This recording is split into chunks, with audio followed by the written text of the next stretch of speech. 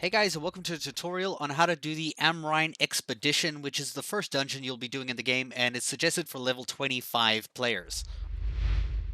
Now, to join this dungeon, you have to find a group of 5 people, ideally a healer and 4 damage dealers, one of them using a sword and shield, who acts as a tank and has a bunch of health.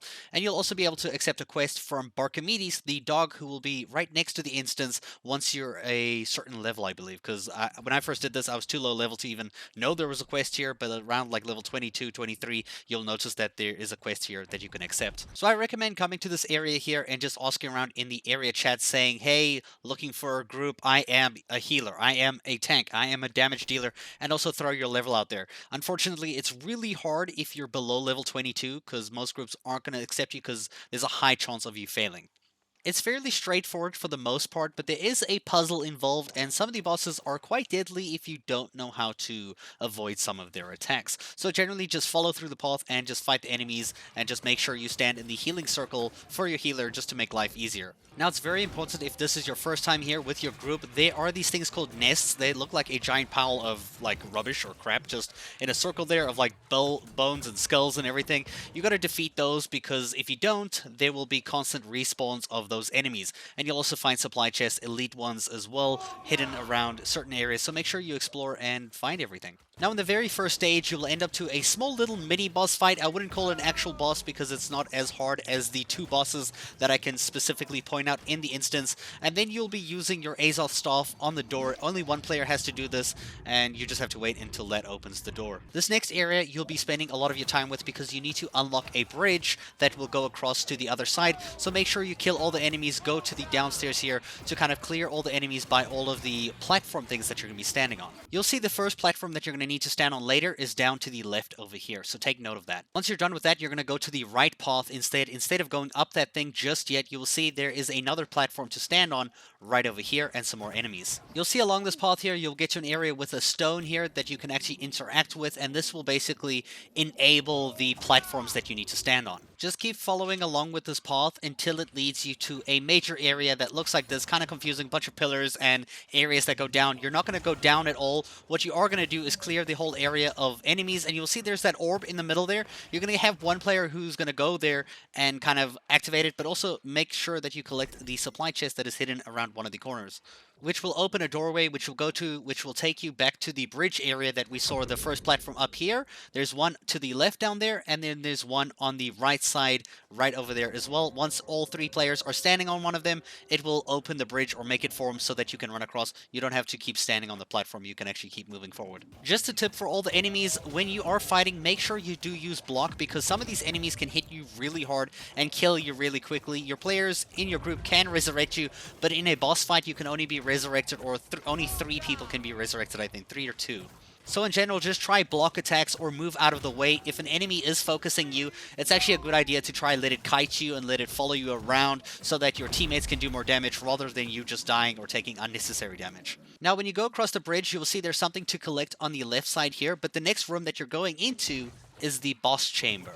Now, this will be the first boss that you fight and can actually be the deadliest compared to the last one. There's only 2 major bosses in this expedition.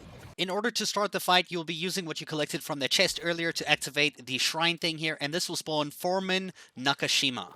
Now, this boss is a ghost enemy, much like the ones that you fought throughout the expedition, but he has a few set of attacks that are really annoying, much like that circle thing there. When he makes that circle thing, don't pass into the sides because it will stun you, and if you are in the middle, just stay still so you don't get stunned. It's kind of like an area that you should stay in or stay out of. Just don't go through the actual ring. One of his most dangerous summons is when he does these flying ghosts that fly left to right. You gotta make sure you don't get hit by those ghosts because they hit for so much damage, and they do about like 3 or 4 kind of like swoops, so 1 left, 1 right, 1 left, 1 right, and sometimes there'll be one of the ghosts missing or 4 in the row, and you can kind of just like stay through in the middle there to avoid getting hit by them, just like I did over there to avoid taking unnecessary damage, because it hurts a lot. So just make sure you move out of the way of that. And then the final attack that it will do is kind of like this AoE, like where it just sends out ghosts in like every single direction. You can dodge this, however, I wasn't expecting it here. This is only my second time.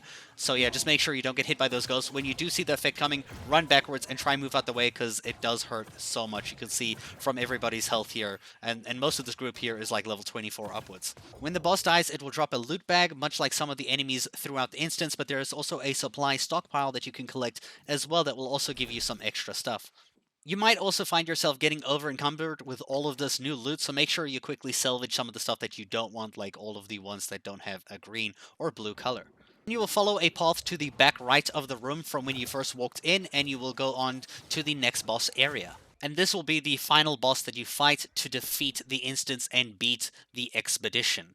Now, in this fight, the boss hits extremely hard, and if he is following you by any means, you need to move away. Even if you are the tank in your group, you need to move away. He will keep changing who he follows throughout the fight. Just make sure if he's following you, you're running away, because he will hit you and stun you and hit you again, and this can easily two-shot you and kill you and take you out of the fight super quickly and make it hard for you to be revived by your friends. Now, in this fight, he does spawn like these corrupted workers or undead worker kind of zombie things that will fight alongside him. You don't necessarily have to focus them, but if they are getting in your way, you can kill them. But ideally, you want to put as much damage on the boss as possible, because it gets really hard to sustain this fight for a long time, because he keeps chasing different people. He chased me, he chases the healer. So like I said, he can follow pretty much anyone, but if he is following you, make sure you do get out the way, because you can get stun locked by him super easily, as you can see over here. Other than that, he's actually pretty easy. If he isn't following you, all you have to do is keep up your damage.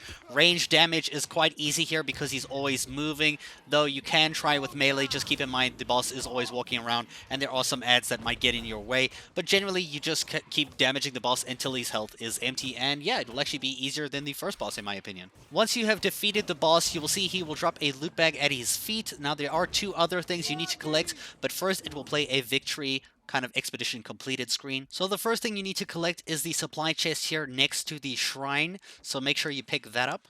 And if this is the first time you're doing it and you're doing it for the quest, make sure you go to the heart gem thing over here and you take the heart gem, because this is part of the quest and you need to do this. If you forget to do this, you're going to have to do the expedition again to come and do this. And then you can leave by going to the shrine and actually leaving and teleport to the entrance.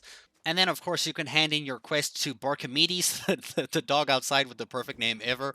And then you can follow along with your quest line. And that is how you do the Amrine Expedition dungeon thing in New World. I hope you guys enjoyed the guide, and thank you so much for watching.